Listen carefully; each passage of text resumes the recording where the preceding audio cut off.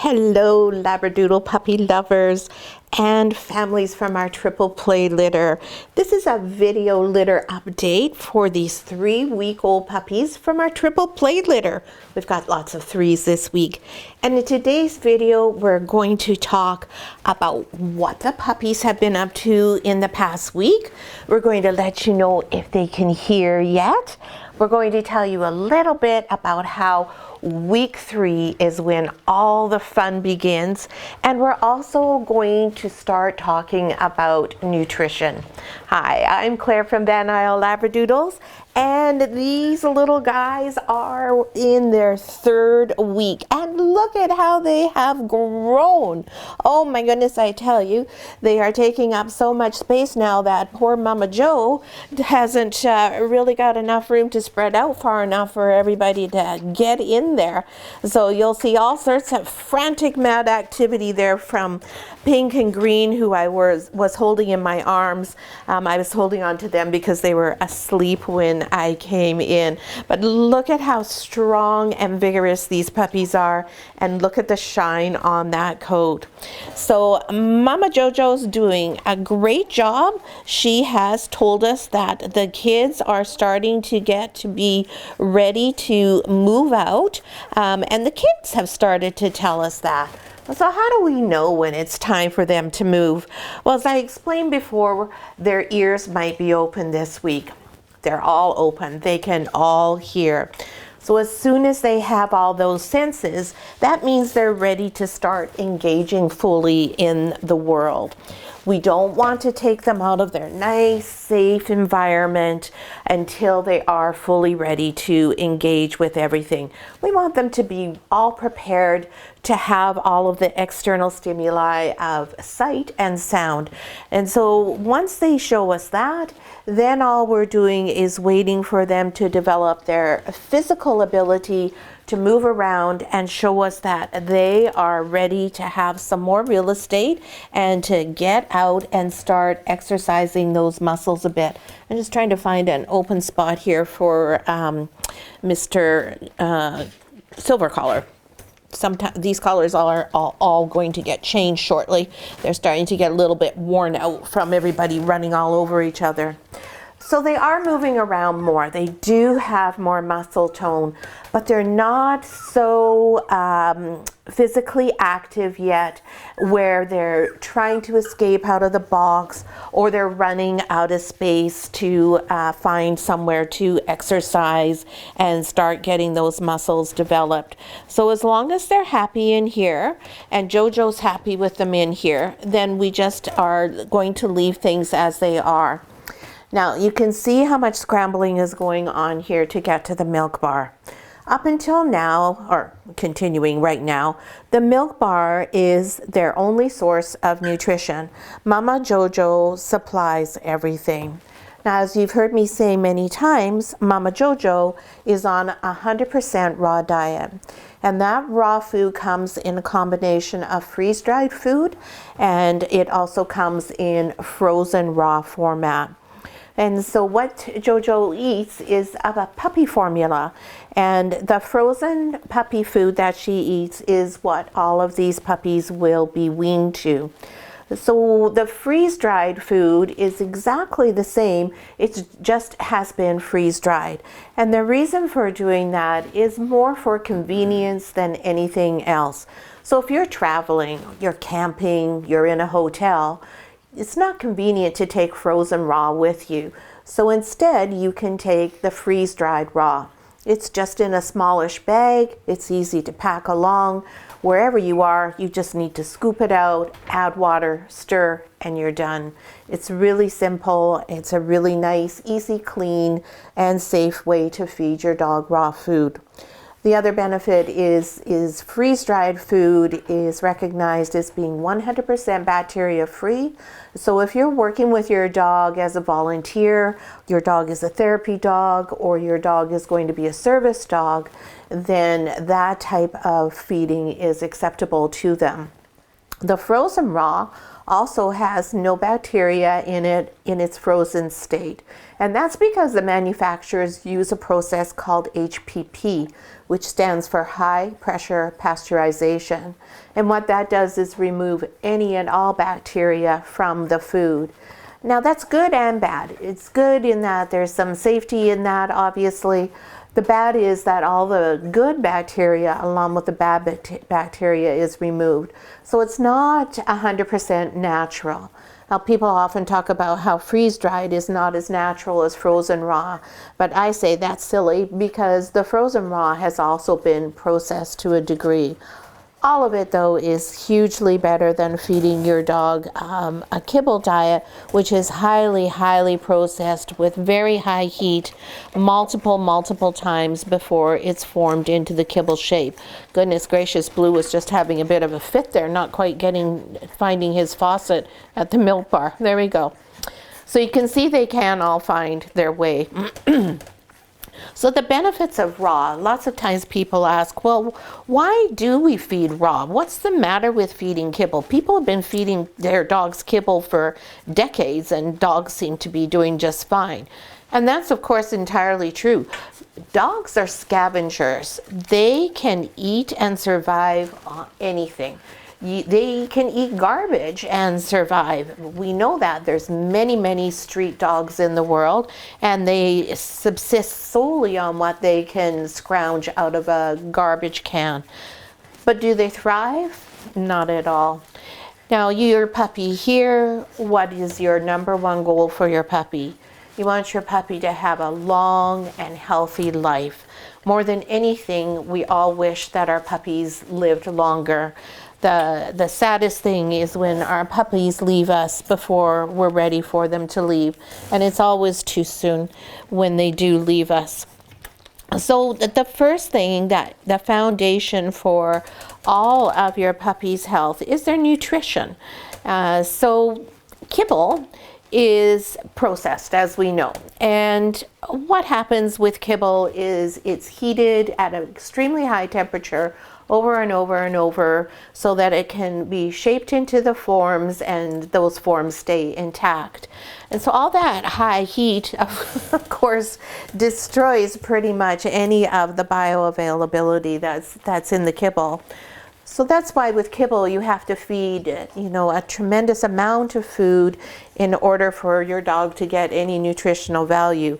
Whereas with raw food, you feed quite a bit less because the bioavailability is right there. There's a funny thing I just saw on another breeder site where they're talking about how they're so focused on their puppies' nutrition, and they're feeding a brand of food that you can find in Canada called TLC. Great name, invokes all sorts of wonderful images. Unfortunately, that's a pyramid scheme operation type of thing. You get a commission for selling it and so on and so forth. And it's just the same as any other kibble. It's not made with high quality ingredients. It has a lot of carbohydrates in it. Dogs are not designed to eat carbohydrates. Their jaws don't even move from side to side, which is something you need when you eat carbohydrates. It's how you grind the food up. That's how we eat a cereal product as a human. Dogs don't have that ability. Their jaws only go like this. They can't go like that.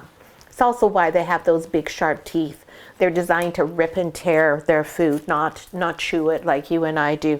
That's why sometimes when we watch them eat, we go, geez, they didn't even enjoy it because they just put it in their mouth and swallowed it. So their enjoyment comes from something different from us. Our enjoyment comes more from the taste and the flavor and the texture, whereas dogs, the enjoyment is more from the actual ripping and tearing and having a tummy that feels full. They do, of course, have what they do and don't like in terms of taste and texture sometimes. So it's not that they don't have that at all. Now, Randall, can you just focus on Pink here for a minute? She is right underneath Jojo here, and she's managed to access the milk bar from the opposite side because the place she was at has run dry. So there she is underneath there. So this is a good example of what are these puppies telling us. They're showing us now that Jojo doesn't have quite enough milk to keep everybody's tummy full at every feeding. So that means they're getting really close to being needing to have some solid food. Now, we do not introduce solid food to the puppies at 3 weeks, generally speaking. Their systems are still developing. I love to wait until they're 4 weeks if possible. If, however, we see that the puppies are starting to cry, if they're looking like they're a little bit unhappy because their tummies aren't as full as they're used to, then we will introduce them to goat milk with a little bit of pablum in it at around 3.5 weeks. And I have a feeling with these guys, that's what we're headed for. If you look at Pink Collar's tummy, she thinks she's not full. That feels like a pretty full tummy to me, but she's had an extra full tummy all this time, and so now she's thinking, I think I'm getting a little gypped here. I think I want a little bit more, please. So we will do whatever we need to do at the time that is best for the puppies in order to make sure that they're always comfortable and feeling satiated. Now with raw food, there's also a great deal of difference in products. We choose to feed our dogs products that are human grade food. So what does that mean? It's the same food, it's the same cut that would be eligible to be sold to you were it used for that. Now I have another couple of breeder friends who live on the lower mainland out towards the Chilliwack way, and there's a local dog food producer there. There's also one on Vancouver Island here, which is part of a larger human farm ranch operation. In the one that is on the lower mainland, if you look at the ingredients, it tells the story. The first ingredient is, let's say we're using beef, is beef trim. So what's trim? Trim's the stuff that's cut off from the human food and isn't eligible to be sold to people. It's skin, it's fat, it's gristle, it's tendon, and it's sinew. Tendons and sinews, fat and skin can all be eaten by dogs, but that should not be their primary source of protein. And in a food where the first ingredient is beef trim or mechanically deboned chicken, that's not human grade food, and that's not giving your dog quality nutrition. It's still better than kibble for sure because it's fresh, but it's also the type of food that can lend itself to giving your dog pancreatitis, your dog being overweight, and your dog lacking significantly in the protein that they actually need to have. So all the food that we have, it's all Canadian except for one. It's all human grade. And indeed, one of the freeze-dried products that we sell, the Canadian one, you could eat it should you so desire. I think I'd pass, but it is actually safe enough for people to eat. And the only reason why the other foods are not safe enough to eat, the frozen raw, is because there's organ meat in there. And as people, we aren't able to process organ meat in a way that is comfortable for us. We would have quite a few digestive upsets from that. Whereas dogs, it's just great. That's what they just love. So there's lots of things to be aware of. The other thing is many raw food producers and all kibble producers, in order to have the necessary minerals and vitamins for a dog, they use a synthetic cocktail to achieve that. So one of the largest and best known raw and dry food producers, they're American, it's Stella and Chewy's. They use that synthetic cocktail. They have a couple of things in their food as well that's actually been shown to be detrimental to dogs overall. Not a huge amount, but just enough that, well, why would you buy that when you have something else that doesn't pose that risk? So all the foods that we have, they provide all of those minerals and vitamins naturally through the food that is the items that are in the food. So that comes from the fruits and the vegetables that are in the food. Now there's lots of arguments, do dogs need fruits and vegetables? Nope, they can definitely survive without them. And some dogs can't tolerate them. And so then you need to adjust from that and make the appropriate things that match the dog in front of you. We can all say all sorts of things about nutrition, but at the end of the day, we do have to feed the dog in front of us and do what's right for the dog in front of us. So all of the feeding things that we have, these are guidelines. Now let's talk about fun. You can see the fun. Look at the fun that's going on here between Orange and Pink. Orange and Pink have a really good friendship. They are often seen doing this, especially with Pink putting Orange's head in her mouth there. Pink is bigger than Orange, and she takes advantage of that. You'll also see Blue Collar here. He likes to talk with his paws. He's always going like this, and so you can see him doing that right there, where he uses his paws to communicate quite a bit. He also is using his paws right there to tell Pink Collar, hey, I'm tough, I'm the big guy. So this is when the puppies really become fun, when they are able to start learning, because this is what they're doing here, is they're learning. Sure, it's cute and it looks like they're having fun and they're playing, but this play is learning. Oh, there you go. You can hear some of their voices too. A couple of little growls, some barks are going on. It's really fun to hear. But it's also, this forms an integral part of when we do our matching process. We're already taking notes and observing constantly, watching who's talking, who's being a little bit more pushy, who's in the background, and what their style of play is. How are they learning? How are they problem solving? So if they're I think this is Yellow Collar Girl on the bottom here. Yeah, it is. No, that's not, that's Silver. When you're on the bottom and you've got 2 or 3 of your litter mates on top of you, what do? Are you fighting back? Are you uncomfortable with that? Or are you having a great time and thinking, oh, this is fun, I don't care as long as I get to play? That tells us a whole lot about the dog and the dog's personality.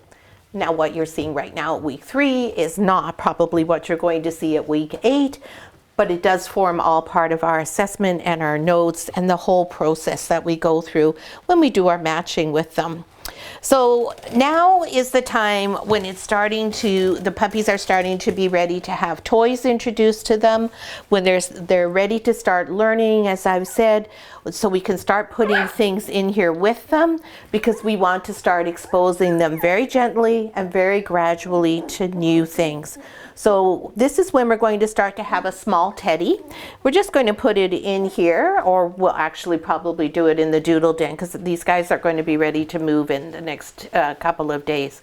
Today's Tuesday, so I'd say by Thursday, Friday, maybe at the latest, they're going to move into the doodle den. So we'll introduce a small teddy. And the purpose of having the small teddy is so they get accustomed to having something different that's not a puppy, that doesn't smell like a person, doesn't smell like a puppy, just in their space. And once they are comfortable with that, then we move along and we'll introduce a few more toys.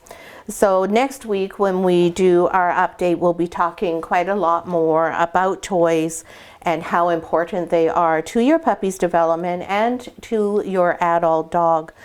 Toys are something we give our children for fun and as a treat, but toys are important for kids too, and they're just as important, if not more, for our puppies. They really help with their development, both socially and physically. So it's key to have the right toys at the right time and introduce them in the right way. So that's all we're going to talk about this week, except for now we're going to go through the puppies and give you their weight updates. Everybody is now over a kilogram except for our little squirt, little green collar, who is our smallest puppy in the litter, and a blue collar boy is the biggest. So nothing's changed in terms of that. And then you can see Pink is using her talking paws there. See how she's using her whole leg. Oh, and you're going to eat my little notebook with the weights. Yeah, that's not very handy. How can I tell everybody? It's really nice now that they can hear, because now we can start interacting with them in a more meaningful way. So as always, we're going to go in birth order, and so we'll start with Pink. Hello, Missy. Pink is our beautiful caramel tuxedo girl. And if you follow us on Facebook, you may have seen this little girl featured on there because we are looking for 1 or 2 guardians for this litter. I will want to keep one of the females, and so obviously Pink is one of the girls, and then quite likely one of the boys as well. That's not for sure yet, but that's definitely something that we have in mind at the moment. So Miss Pink Collar Girl is now 1.1 kilograms. Off you go. There you go. That's a good girl. Next is Blue Collar, who's our bruiser. Come here, sweetie. And see, already I'm going to start teaching them that, so they start to associate that with being touched and coming. That's not him who's making a fuss, by the way. That's Red Collar Boy who's mad I didn't pick him. Here's Blue. Blue. Oh, no, it's you that's talking, Mr. Orange. What's the matter? What's the matter? It'll be your turn in a minute. There you go. Mr. Blue, our big bruiser guy at 1.41 kilograms. Gentle giant boy. This is our chocolate try, and he is going to, I think, lighten and probably be very close to Jojo in looks when he grows up. So Jojo's going to be a beautiful baby. Oh my goodness, we got lots of noise. So you can see what I'm talking about. When they are starting to get to this level of activity, they need more space. Next we have Orange Collar, who was complaining that it wasn't his turn. Hey buddy. Orange is our super flashy boy here. He is our black try. Hello, handsome. Hello, will you come cleaning? Love the eye contact on this puppy. He's very interactive. And Mr. Orange is at 1.18 kilograms. Way to go, buddy. Yeah, way to go. Oh, and in case you're wondering who opened their ears first, it actually was Orange Collar, followed by Pink Collar. Red, you're next. You're the next contestant. Hello, sweet boy. Red is our red boy. He's the only red in the litter. Hey, hi. Hi. Are you going to give me some eye contact? That's a good boy. That's a good boy. Oh, the book is so fascinating today. Mr. Red Collar is 1.07 kilograms, so just squeak in there in the kilogram range as my guy. There you go, little handsome. Ooh, ooh, ooh. You sound like a monkey instead of a dog. Next we have Green Collar, our little Green Collar, who's right over here. Hi. Green, our little sweetheart, who's 925 grams, just shy of that 1 kilogram mark. This guy for sure is going to dilute and be very, very close and looks to Mama Jojo. You can see he already has a light color coat. And if I push his fur backwards, I can see that the coat underneath is a little bit lighter than this one. So that means that chances are he's going to fade a bit. Hi, I'm not your mom. No, I'm just the human. Yes, there you go. Oh, and our other little girl is Yellow Collar. Yellow Collar, where are you? I thought we just did you. Didn't we do you? Did I have a miss? No, there we go. There you are. You must have snuck under my leg. Yellow Collar.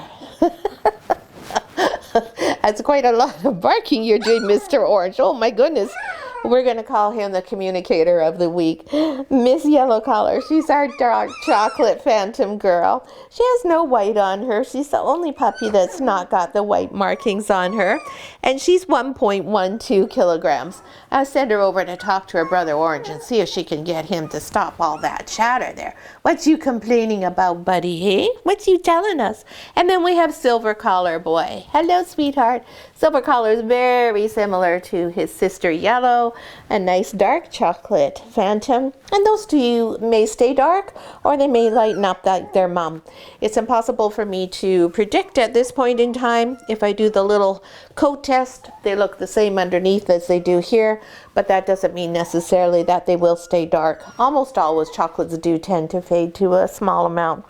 And Mr. Silver Collar is 1.25 kilograms. So that's all your puppies. That's our week 3 update. For all of you who are on this litter list, you lucky people, your video this week is going to be talking about socialization. So it'll give you some preparatory background for when we do next week's update, and I let you know all of the things that we've started to do with the puppies after we move them into the doodle den. So I hope you enjoyed the video. If you consume our content and find it useful or enjoyable to watch, it really helps us to be able to continue to provide it to you for free if you leave us a comment, and we really like to talk to you in any event. If you don't have time to leave a comment, a thumbs up is also really appreciated. And we hope we'll see you back here again next week for our week 4 litter update. And thank you so much for watching our videos. I know. What you doing?